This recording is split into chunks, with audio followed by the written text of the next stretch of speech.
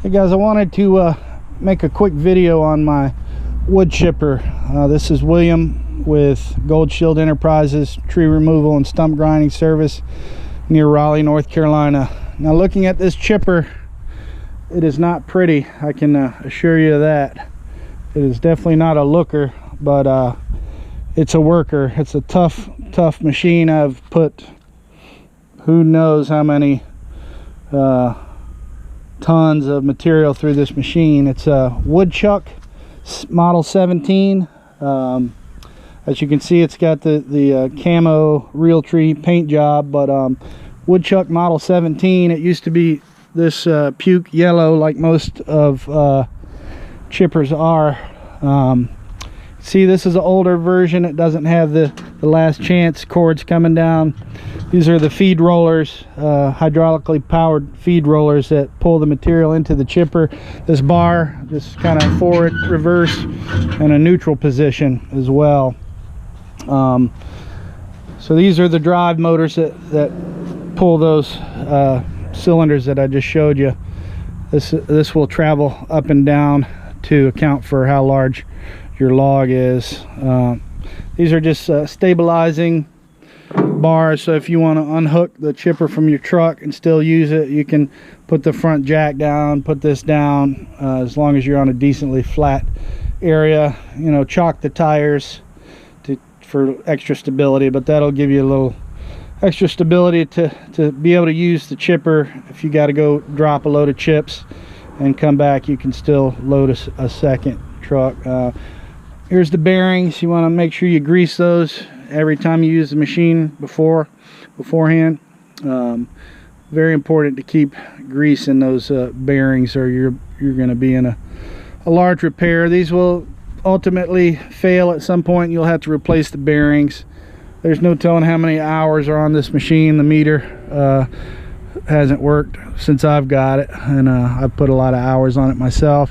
The chute will articulate around to the point of the muffler on the other side, so you got not 365 degrees, but close to it. At one point I actually had that muffler where you could just pull it off and I could spin it all around. This has got the Rockford Pto Transmission. Hopefully I'm getting some of this. Under this sheath is or shield is the pulleys. It's belt driven. I don't know if you can see it, but I'll try to take a look on the other side. Belt driven machine, really heavy belts on that, and hydraulic tank. This engages the PTO, so once you start the machine and you just get it at a low idle, you pull this up and slowly let it go back to this position as it engages and the wheel starts turning inside the disc. It's very heavy, so you kind of try to ease into that. I don't know that I think my amp meter works. I know my oil pressure meter works. This tack hasn't worked in forever. This is the throttle. You just pull in and out. So this is a looks like it was remanned by Jasper at one point, but this is a John Deere 4039 TF001, and I'm telling you guys, it might not look like much here in this setting, but this is a strong motor. If you ever run across a John Deere 4039 in a piece of equipment, buy it. It's a good motor. Here's the turbo, John Deere turbo. I don't know if you can read the make and model on that, but there's the turbo. So this thing is ugly, it's dirty, but it does the job. Battery box, the Pintle Hitch. Most of these are Pintle Hitch. This motor in this thing came out of a street sweeper, so this is not the original motor for this chipper. As you can see, they had to extend the frame on to cover the motor, the shroud. It used to look a little better than this. It's been beat up, busted all to pieces, but it just keeps running and keeps working. Here's the pump. If you're interested in the pump, diesel pump, for all you diesel heads out there. One thing about this motor, I broke a belt on this once, and it quit running. That's because the oil pump is driven off of this pulley, so it's got a low oil pressure cutoff which is a good thing to have. So basically, if you don't have enough oil pressure, the engine won't run, so it keeps you from ruining your motor. So you got to have those belts on there. Diesel tank, that's kind of self-explanatory. You can see down here on the back side of that hydraulic tank, it's got a little viewfinder, just a little clear hose, so you can make sure that your hydraulic fluid is where it needs to be.